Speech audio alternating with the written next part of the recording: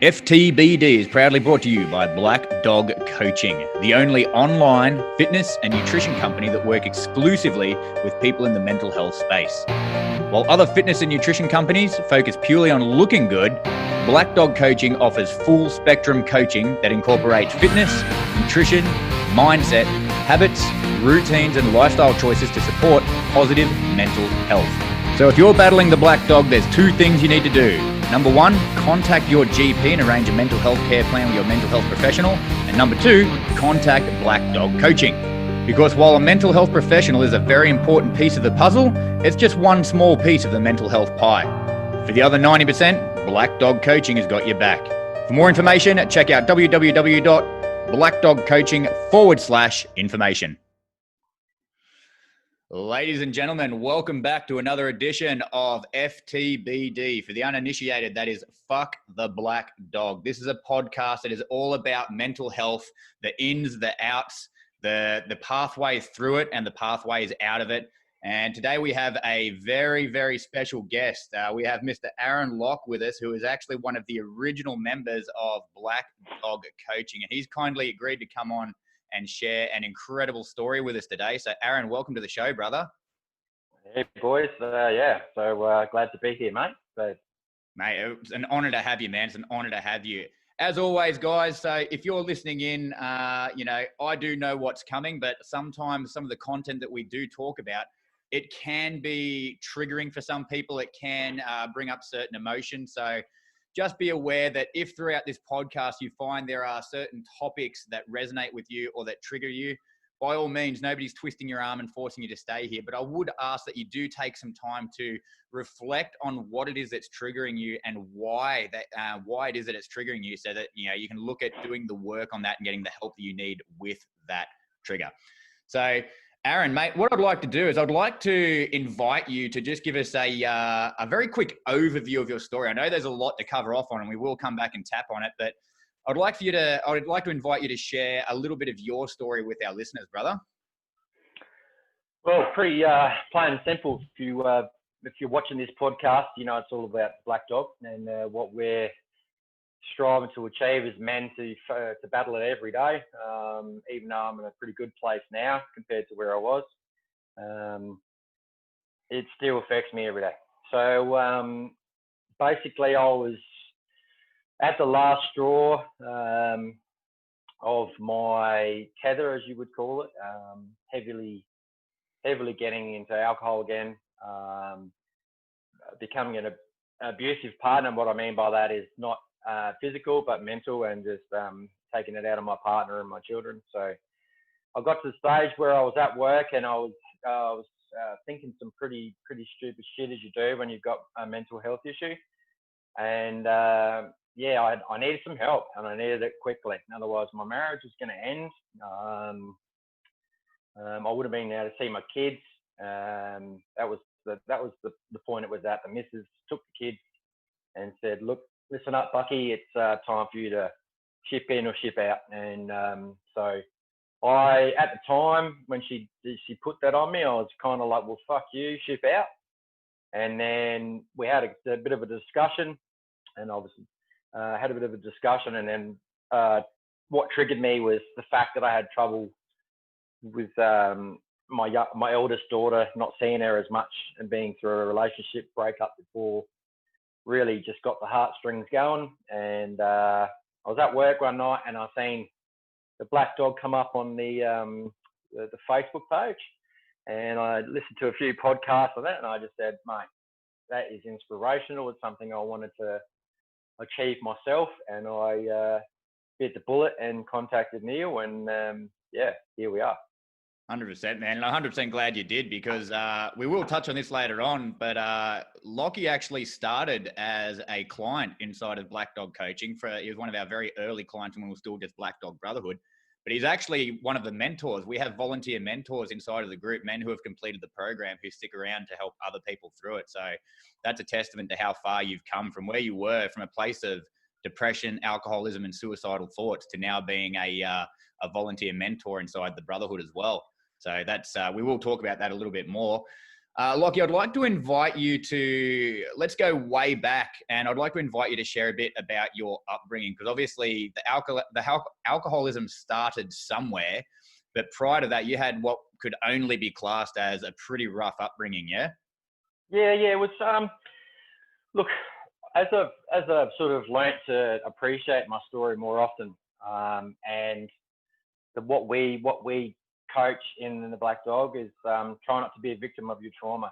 So I've learnt to look at my story more so on the positive side and look at it as from the observer side. So it's been hard to do that because I had a lot of anger in my life and a lot of frustration in regards to my mother. So she's a very narcissistic woman, very controlling and very mentally abusive. Like got to the stage as I got older that we used to get in punch ups and all that kind of stuff, and that kind of set things off. I come from a broken family, which is more common than not these days. So Yep. my mum broke up with my real father and then met my stepdad. I have a really good relationship with my stepdad still to this day, but I do not have a relationship with my mother. That's something I've learnt to come to terms with and accept it. I probably believe in some way or another that I will have a conversation with her about some stuff one day, but at the moment I'm not too fast. But yeah, she was a very mentally controlling woman and made me think that I had mental health issues from a very young age and just didn't really know what they were. So yeah, just journaling and stuff and trying to remember thoughts and notes and stuff that I'd had. Just instant, especially when I got a bit older and I moved away from home and then come back and thought everything was changed, and just me and my mum don't mix. It's a cocktail that's meant to explode every time we get together. Yeah. Would you classify your childhood as abusive, as physically, emotionally abusive? I would classify it more mental. Yep. More mental abuse, more degrading, and made me feel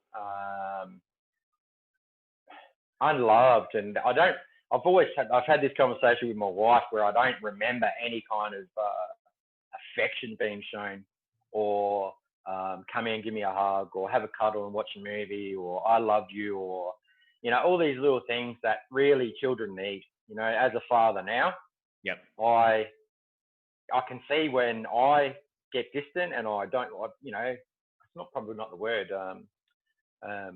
Where you're concentrating on their naughty behaviour too much, and you're trying to discipline them all the time too much, rather than saying, look, how can we fix this? What's wrong? Asking them the questions, like what's wrong, mate?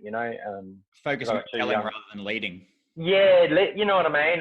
And that's only, obviously since the Black Dog Brotherhood, since I've joined, like I've learnt, yeah. Yep. Mate, tell us a little bit about your relationship with alcohol. How young were you when you were first exposed to alcohol, either as a witness or as a participant, and what effect did that have on you at such an early age? I was pretty young, and what I mean by young was my mum was a bit of a party animal from what I can remember in my earliest memories. So I would always wake up in the morning from my earliest memories, and there'd be ashtrays full of cigarettes and paraphernalia, all that kind of stuff lying around. Alcohol easily accessible. I remember taking a sip out of a Coke can and sipping it, and there was bloody cigarettes in it. And I was 5 years old when I had my first sip of alcohol. 5 years old. Yeah. I thought a cask of wine on the bench was apple juice. Yep. And I conceived to just can drink it because mum was passed out wherever she was, and in a bedroom, and I just consumed that, thinking, this is good, thinking it was apple juice, and it was actually wine in a cask. And did you realize that something emotionally changed you? Did you realize that you were drunk, or that it had had an alcoholic effect on you? Not until I got older, but the story that my mum told me was that she found me passed out on the couch, and I was like, "You found me what?" you know, it was like, you know, just stories that you hear, and like my grandparents told me a little bit more as well. So, and my mum was a distant, you know, she's not very attentive. You know, I was found wandering many times, kilometres away from home. Yep. And you know, I shivered to that, to think that my 3-year-old turning 4-year-old would be found kilometres away from my house. So you were kilometres away from home at 3 and 4 years old. Yeah, yeah. Damn. I was by myself. At one stage, I was actually naked on my tricycle. This was only last week, wasn't it? Yeah.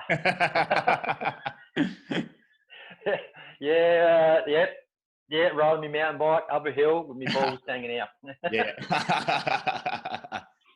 Yeah. That's incredible, man. That would be, in this day and age, that would be more than enough for docs to remove a child from a family straight out the gate.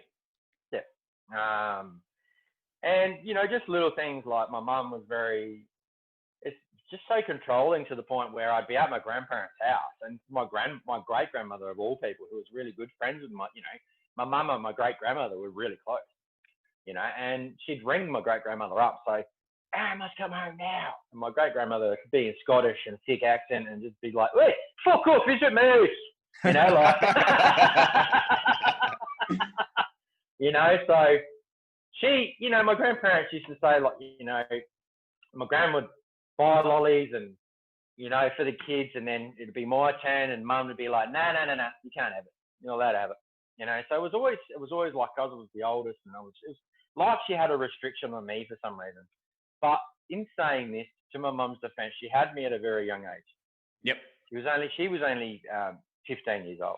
So, and back in the 70s, you know, that's pretty intense, man. You know, I've made peace with the fact that she would have had a very hard time. Yeah. And my grandparents, like, let me face it, was my grandfather, who's her stepdad as well, would have been a very hard man on her back then. So I think recognizing that she would have had issues of her own is a big step forward. I know with myself, I've had a very, you know, tumultuous relationship with my own mother. And it was actually earlier this year that we spoke for the first time in years and years and years. And that was because I reached out, and, you know, I'm trying to reconcile a lot from my past as well, similar to yourself. But I know that when I sat down and had that conversation with her, it was very similar to what you were saying, that I don't recall feeling loved. I don't recall ever being told, you know, I love you, or don't recall being told that I'm proud of you. And when we sat down and had that conversation, and she was able to share part of her story with me that I'd never heard before, a lot of things that didn't make sense before started to make sense. So I think having that level of awareness of knowing that A, she had you so young, and that B, she would have been, you know, dealing with a lot of her own stuff at the same time she was dealing with a newborn. I think that having that level of self-awareness is going to play a big part in moving forward. And if you decide to have a relationship with your mother, it'll sort of, you know, it'll play a big part in that, because you're a little bit older now, you've got that understanding, and you're a father yourself. Yeah. And we've had this conversation, man. That conversation we had when I seen my mum at the shops, and she was like 5 meters away from me. Yeah.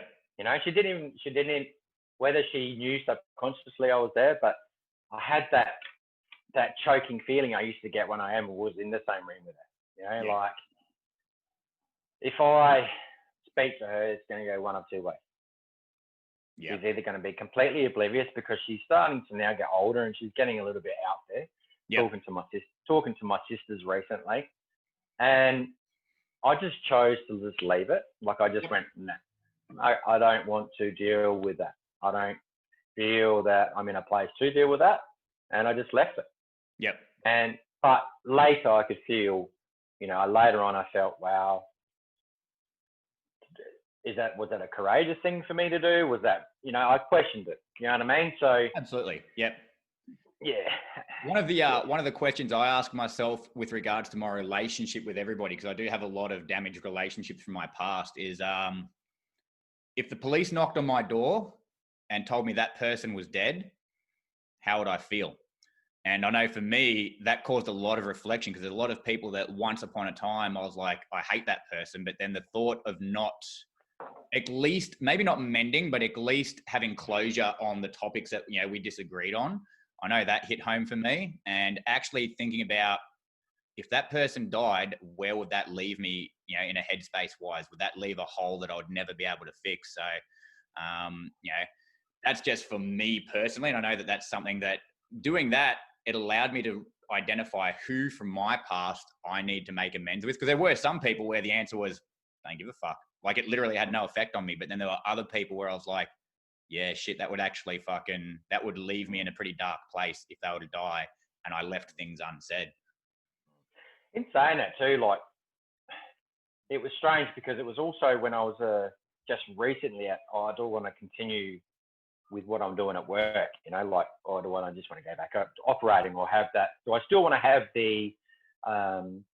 can I still put the commitment in, and do I still want to continue on the journey at work, what I was doing, and just getting into not arguments with people, but personality clashes, you know, and that just made me just go, okay, what your reflection on your way you're feeling to this person is actually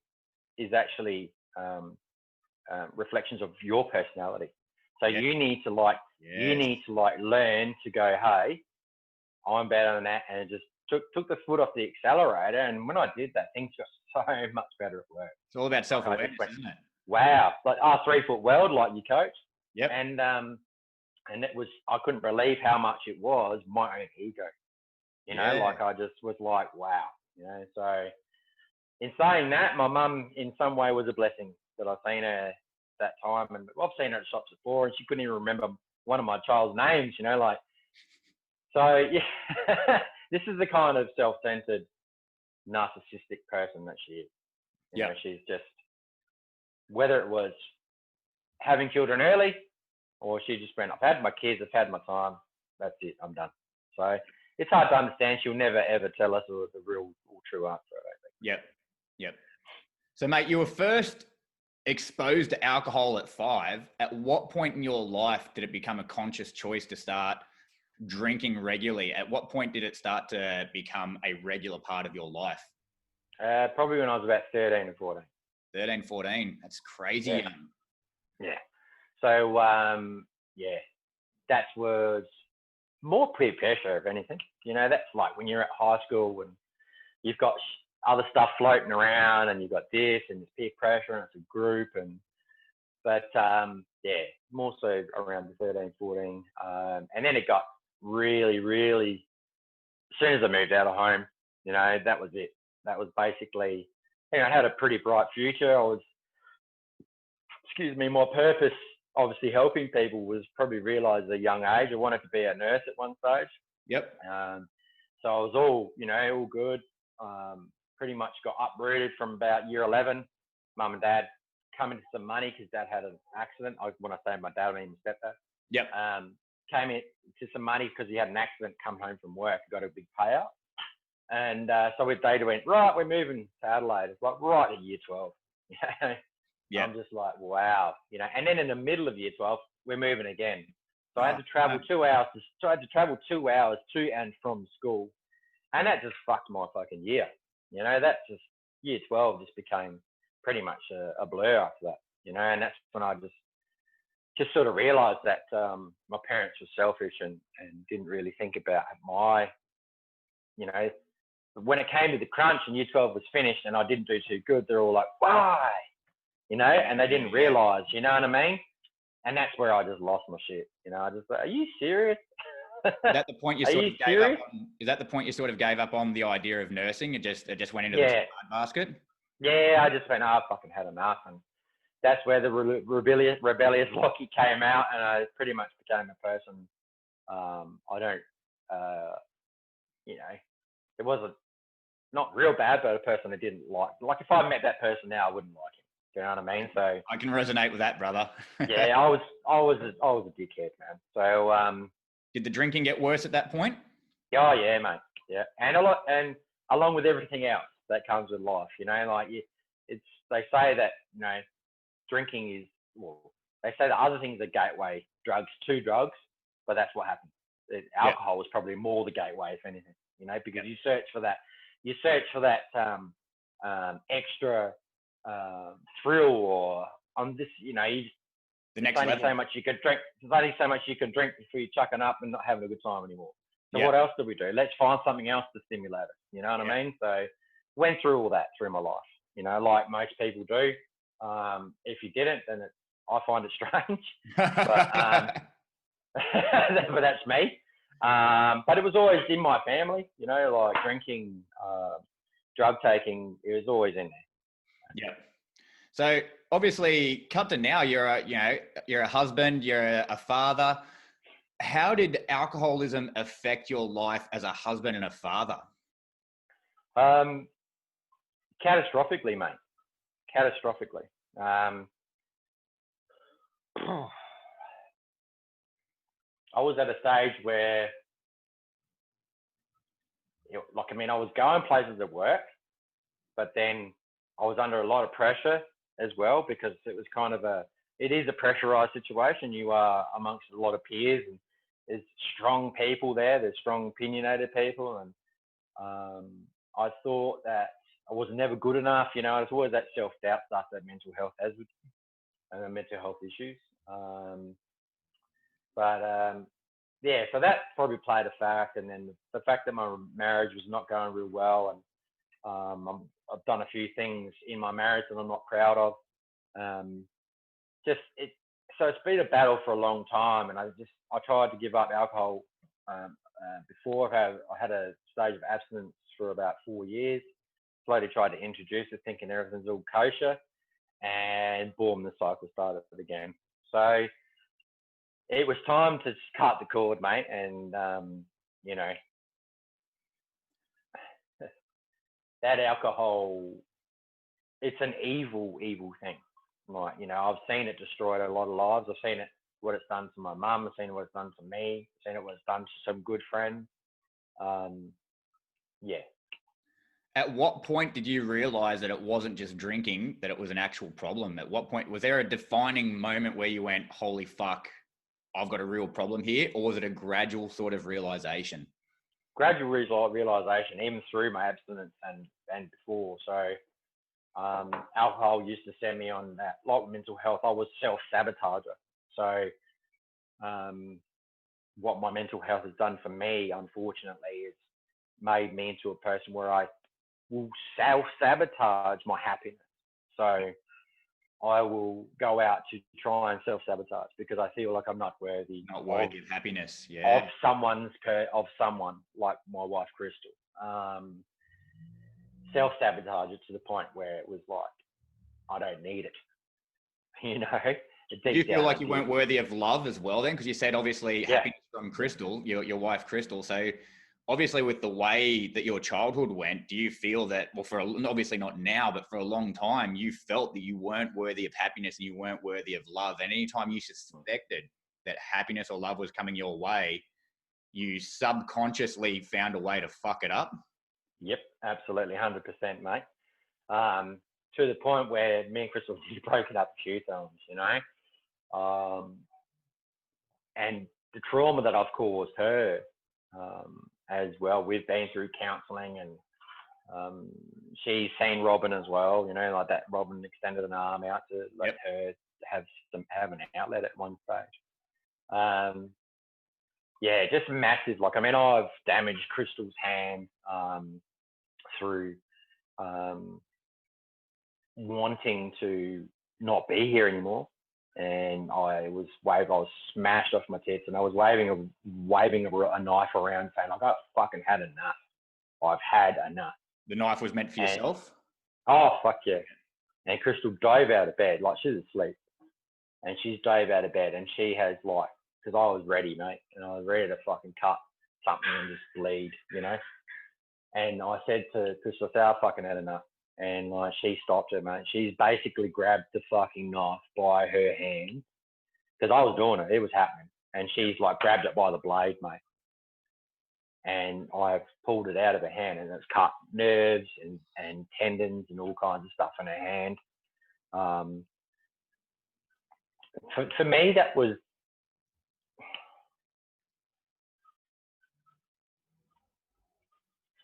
It was pretty defining for me, because I've finally, the stage where I've actually hurt someone else. Yeah. Do you understand what I mean? Yeah. Unintentionally, because I've never felt like I've probably said to Crystal, "Get out of my way," or pushed her or something, but never wanted to physically hurt her, you Yeah. know. So when I did actually hurt her, and this was serious, mate, because she could have lost fingers and all That kinds must of have been stuff, man. soul destroying. Mate, it was, and still is to this day. Like, I don't dwell in it as much as I used to, but we'll talk and it will come up with full Crystal, and she still gets to that emotional stage where she's crying about it. So yeah, that was huge. That's around the stage where me, we got Sebi. Sebi was in our lives, and I was going through a pretty bad stage with him as well. I know they say that women go through postnatal depression, but I was actually suffering from a father's point of view as well. Yep. And were you still drinking at this point?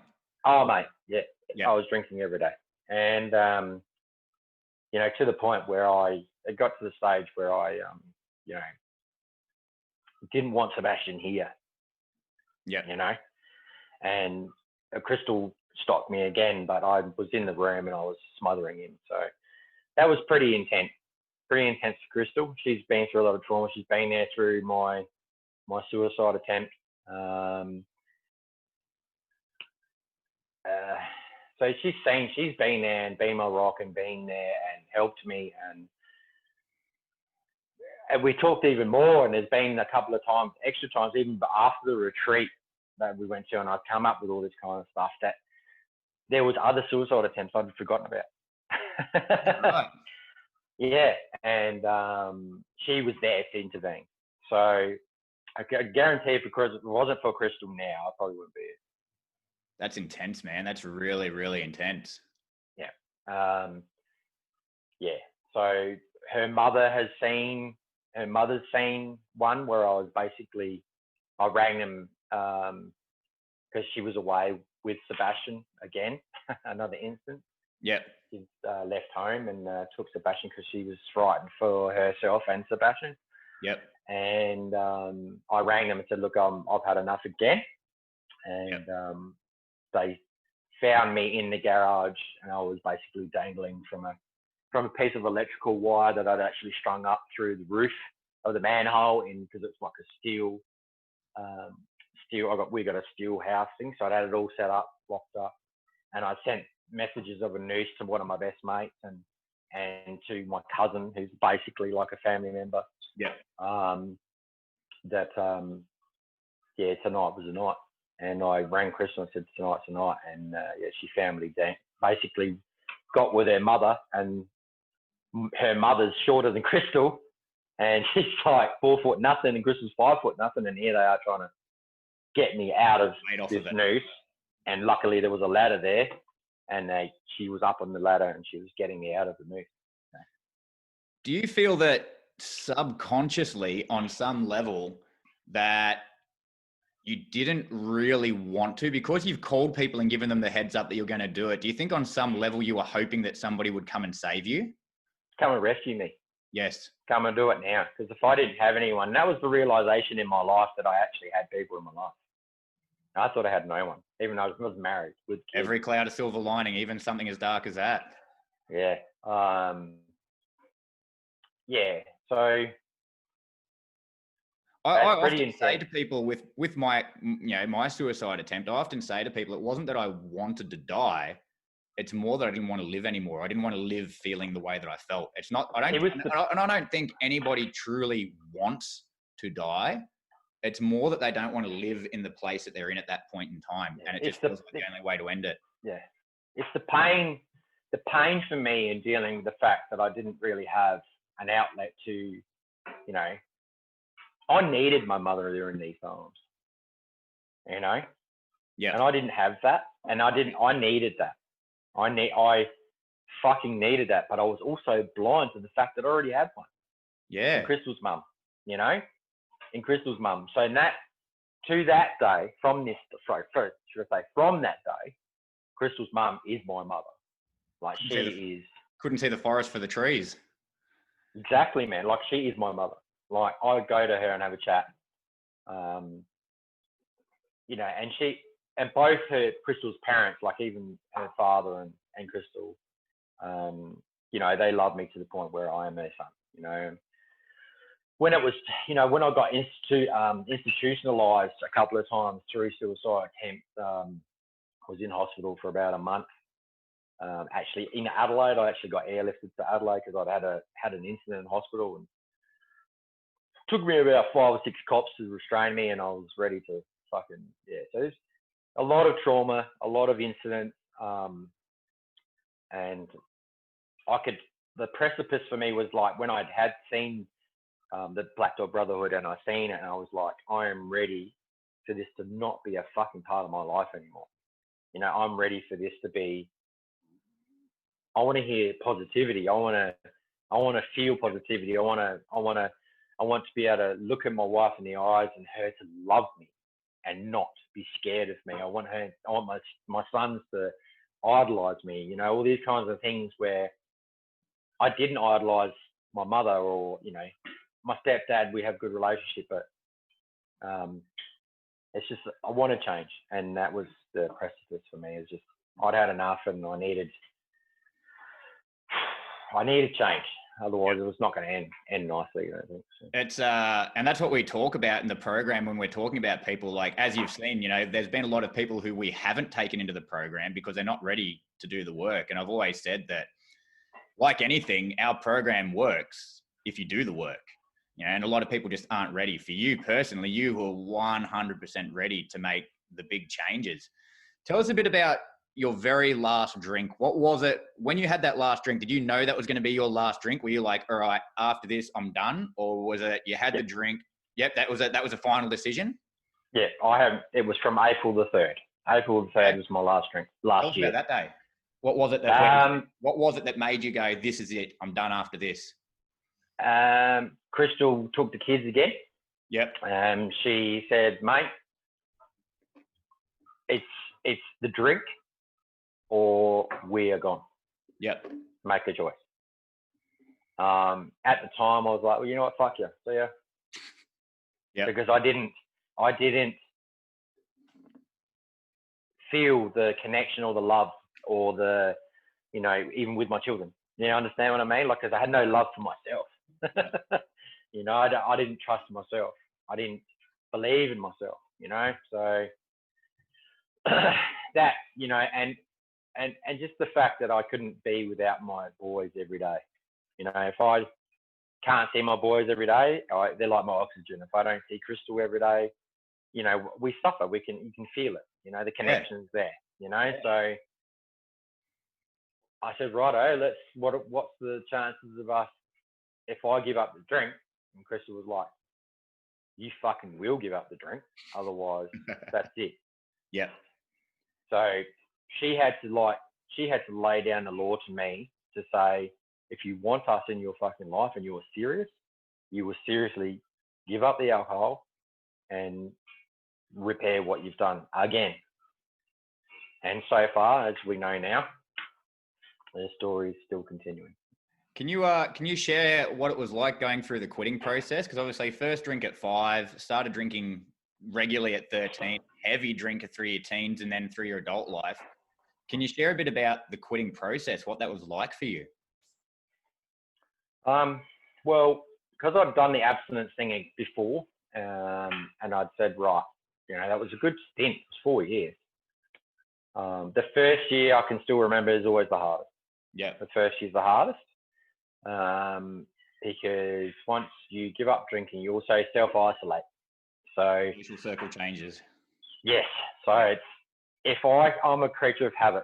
Unfortunately, I've always been one. So if I don't have drinking, I have to be doing something else. So vacuum. Yeah. So yeah, I've always been like that through my life. If I don't have drinking, I'll go to food. If I don't have food, I've got to have working out. It's always been the cycle, which I've broken now. You know, so it's just being that better, you know, better person that I'm more interested in, being a better father, being a better husband, being a better worker, and just pushing that purpose stuff that we talk about. And to highlight just how strong you are and how far you've come with getting off of the alcohol, you actually went out just a week or two ago back to your old watering hole, which for a lot of people would have been the ultimate trigger. And you were surrounded by people who were drinking in your old watering hole. And not only did you not drink that night, you didn't even feel the urge to drink. There was just zero urge to get on the can. Is that right? Absolutely. Like I had zero urge. Like it was amazing. And Crystal, she's the same. Like she doesn't drink at home. Like we don't have alcohol at home. Yep. Occasionally there'll be a bottle of wine in the fridge that she's been given, or she'll have something she's brought home, and she's worried, or we've got alcohol in the house now, but I don't know where it is, and I've never searched for it. So that for me going out felt incredibly. I was with a good bunch of people too. I'm with Brian Murphy, as you know, he's just left it's his farewell. So, and I was with a couple of good workers that I get on really well with, and being in a sense of people that you can associate with were good. But you could even tell, like I don't sprout off, hey, I don't drink anymore. A lot of people don't know that I don't drink anymore. Yep. So when people were asking me, hey, Lockie, what are you having, mate? And I just sprouted off, yep, soda and lime, thanks, mate. People had to second guess that. Yeah. Had to go, you want what? You know what I mean? So, are you sick? Are you dying? What's going on? Yeah. So for them to sort of have that realization, and I know a few of them knew I didn't drink. Brian obviously did. So it's kind of cool. It's kind of gave me a bit of a goosebump moment where I can safely say now that I could probably do that again. Yep. But in saying that, when I went to Adelaide, I went to my uncle's house and he was drinking. I was a bit more triggered then. I don't know why. But yeah, lots of conversations about mum and my sisters as well. That's probably what contributed to that. So. Yep. But yeah, that night was awesome, and I barely laughed like I haven't barely laughed for a long time. Out in the social environment, out in enjoying myself without alcohol. That's awesome. Lockie, mate, I'd like to ask you to share a little bit about your journey post-drinking. Obviously, I've seen it because, I've seen your progress through Black Dog Brotherhood and that. But I'd like you to share a little bit about you've been with us for just over a year now. I'd like you to share a bit about your journey from stopping that drink to your time in the Brotherhood to where you are now, because this, for me, this is the crux of this story, because everybody's heard exactly how low the alcohol took you and how, you were struggling with it from a very, very early age. So I think that your story, this back end of your story, the last year of your story, highlights what anybody is truly capable of if they want it bad enough, if they're willing to do the work. So I'd like to invite you to share the last year of your life and the changes that you've made bit by bit up to where you are now and what you're doing now for your mental health and your physical health. Well, let's start with I ain't finished yet. No, not even close. Just warming up. Yeah, just warming up. The hunger and the drive that I feel now, even though there is moments of deflation, which is something we all deal with our mindset. Yep. I'm pretty proud of the fact of how far I've come. My lovely wife tells me pretty much every day. My children even tell me, people that I notice and people I'm friends with, they can see my positive attitude and outlook on life has changed, especially at work as well. So, but from starting where I was, probably pretty timid when I came in, I guess. Like took me a while to start sharing stuff, if I remember correctly. But now I probably share too much. No such thing, brother. No such thing. I do that to drive blokes inside the group, and I know it works. So, yeah. But the journey so far has been one of, I would say, success. So, 100%. From where I am, where I was, not actually knowing, you sort of still come in blind when you do this kind of stuff, and you're like, where's it going to take me? What's it going to do? Am I prepared? You don't know what you don't know. Yeah, keep committing to it, and talking to Crystal when the idea was, at first, you know what I mean? You're kind of like unsure of yourself, but now I couldn't be more sure of myself. And like we say, that what people spend money on themselves every weekend like I was doing, spending probably $300, $400, $500 alcohol a week. You know what I mean? It was $50 a week to join you and help me in my lifestyle was fuck all compared to what it, you know. But yeah, so the mindset that I have now and the stuff that I've done with all the Wim Hof breathing and the ice baths and the working out and yeah, the growth mindset wise is amazing. Like my breath now, that's something I used to struggle with my anxiety side of my depression. It'd take my breath away. It's hard to explain, but all day. Do you know what I mean? Like you'd be short breathing all day. And Yeah. Now I can do 2 rounds of good long breathing and holding it in and just get on with my day real quick. I don't need to do a full round of Wim Hof to just hop in the ice bath because I'm already in that Zen zone when I do a little bit of breathing work. And your body reacts straight away because you condition. Yeah, my mindset is I'm getting in that bath. You know what I mean? Like it's not a case of no, it's just in. You know what I mean? Yeah. No hesitation, no fear. Nah, no hesitation, no fear. And I mean, I've still got guys now that go, I don't know how the fuck you do that, Lockie. You are a machine, you know. And yeah, it's pretty. I'm proud of my mindset now, you know. Like it was kind of strange this morning, like I said to you, like it's weird even how the weather can affect your mindset, you know. Even though the blinds were all shut, I didn't really know what the time of the day was. I was like flat. I think that's why Poms are miserable because they don't get sunshine. Yeah. We got to the gym. Sorry to any Pommies who are listening. My bad. Yeah. That's all right, man. I'll share this. I'll share this with my granddad. He's Rom the Pom. You've got Pommy blood and Scottish blood. No wonder you had a problem with alcohol straight out the gate. Oh, I've got the trifecta, mate. Pommy, Scottish, and Irish. So. God, we're doomed from the get-go. Yeah. So, yeah. Yeah, Sorry, go, mate. You're up. What does the future look like for Lockie? Because I've seen where you are now, and I can't even. Sometimes I struggle to wrap my head around the man that I met just over a year ago versus the man that I see before me today, and the leaps and bounds that you've made. What does the future look like for Lockie? Where do you want it to take you with your newfound headspace, your newfound love of life, your newfound purpose and drive? Where do you want that to take you, and how do you see that unfolding? Well, obviously, mate, I'd like to be a big part of the Black Dog Brotherhood. You will. That's obviously number one. To give back to the Black Dog Brotherhood is something that is number one on my list. Especially helping the guys out and actually seeing that, you know, actually getting that feeling of satisfaction from actually getting a comment from someone in the brotherhood to say, Lockie, you've helped me. Thank you for your inspiration. Thank you for your journey, because that helps me. It's the best. Every day, that is a precipice for me. That's my want to help people at a young age, like wanting to be a nurse, all that kind of stuff. Yep. And then now being involved in the Black Dog Brotherhood is the precipice. That is the center of the goal. But what's stringing from there is I've managed to put that purpose and twist it into my work.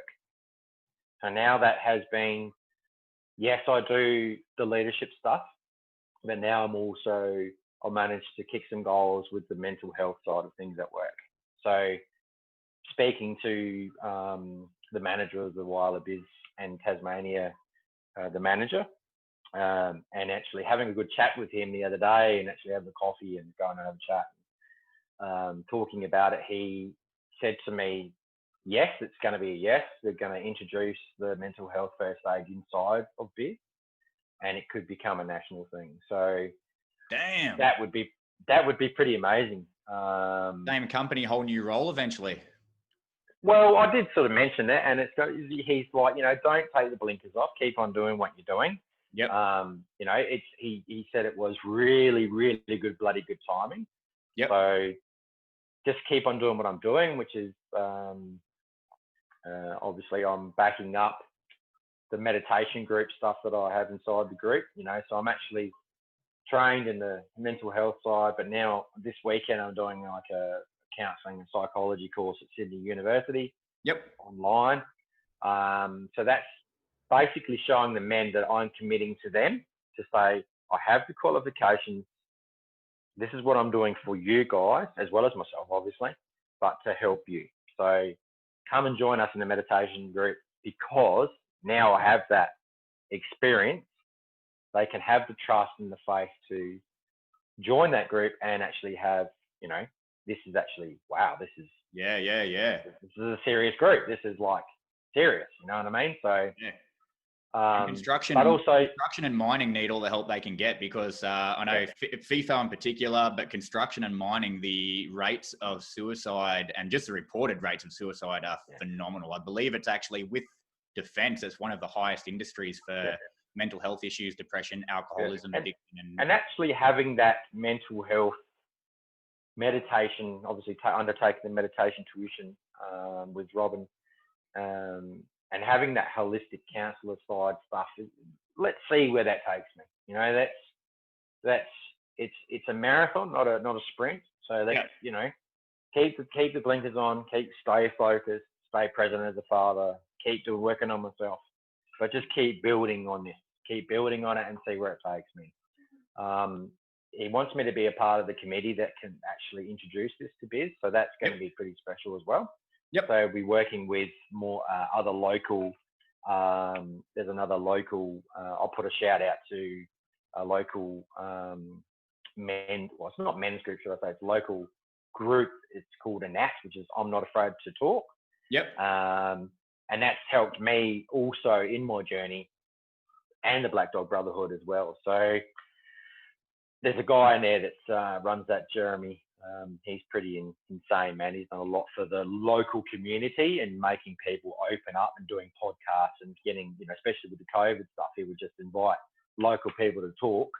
And that was amazing to watch, because it was like people that you'd be on there, not even realizing that they had struggles. You know what I mean? So that's amazing for the local community, especially that. But like you said, with the army and the mining side of things, if this becomes, if I can become independent, Hayden said that he could probably use me the way that he uses Robin, but as a local. You know what I mean? So that's pretty insane, because that could, if I could get these qualifications behind me, then I'm going in the bat to make tons, mate. So early days, brother. Early days. Mate, so before we wrap it up, brother, you have come from a place of absolute darkness, absolute rock bottom, as far down as a man can go, to living a life alcohol-free. You've got a loving wife that you're still deeply in love with. You're an amazing father, and we see that all the time. You've got an amazing connection with your kids.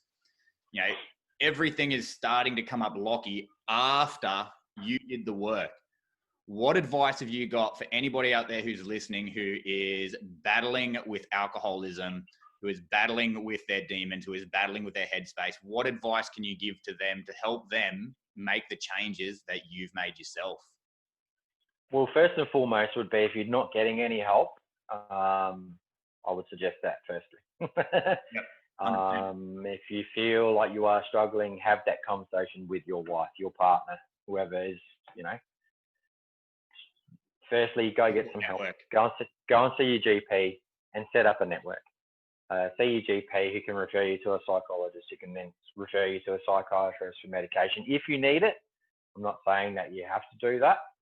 I've recently backed off my medication. I'm not taking as much, so I've now take something every second day just to sort of see how I feel, and I'm feeling pretty good. So it's awesome. Let's see how that goes. But then it would be, give yourself a chance. Secondly, give yourself a chance and really open your eyes to change. So firstly, you have to be accepting of change, and then you have to want it, and take a look around at your environment. So if it's not serving you, and if it's driving someone else insane, or someone else is not happy in your relationship, or your kids are suffering, or your work is suffering, or take a look at it and tell yourself the truth. be truthful to yourself. 100%. Really speak the truth, because truth and being realistic in this world and this day and age is something that you need to be. So, and honor your journey. That'll be the third thing. So, Yep. really reach out and just try to grasp the fact that I can change and I can be a better person. So, yep. It's changed me, and there's definitely, and finally would be, there is hope. So. That's awesome, man. So if you're listening and you are battling with addiction or alcoholism, or you're battling with your demons, just to echo what Lockie said, make sure you get the help that you need. It's hard. It's a hard fucking journey to overcome. I've never overcome addiction, but I have seen it over and over again inside the Brotherhood, and it's a fucking hard journey. Get the support that you need. Talk to your GP. Get the mental health support that you need. Get the support network set up around yourself. Be prepared to do the work. Be honest with yourself. And this is something, this doesn't even just apply to alcoholism. This is something that we actually, week 2 of our program, we have what we call a truth assessment. And I've seen people leave week 2 of the program after doing their truth assessment because they just can't cope with it. But you need to be honest with yourself, because if you don't own your problems, you can't fix them. So you need to face them and you need to own them. So, and as Lockie said, honor your journey. Don't look at how far you've got to go. Pay attention to what you've already achieved, and make sure you pay attention to the little wins, because wins. Get the small wins first. Yeah, get the small wins, because the little wins will give you the confidence to go on for the big win. Lockie, mate, it has been an absolute honor, man. I always love getting on and having a chat with you, and you know that as soon as I hit the stop button on the record here, we're going to keep chatting. But mate, I want to thank you from the bottom of my heart for your honesty today. I want to thank you from the bottom of my heart for being a part of Black Dog Brotherhood, not just as a client, but as a mentor. I look up to you, and I know that all the guys in the group look up to you as well, man. You are a dead set fucking inspiration, brother. Namaste, mate. Namaste. Namaste, motherfucker. Right, I was going to say it, but I thought, no, I'll stick to this. You can now. Fuck the Black Dog, mate. You can say what you want on this one. Namaste, motherfucker. Namaste, motherfucker. Take care, brother. I'll talk to you soon. Yeah, cheers, mate.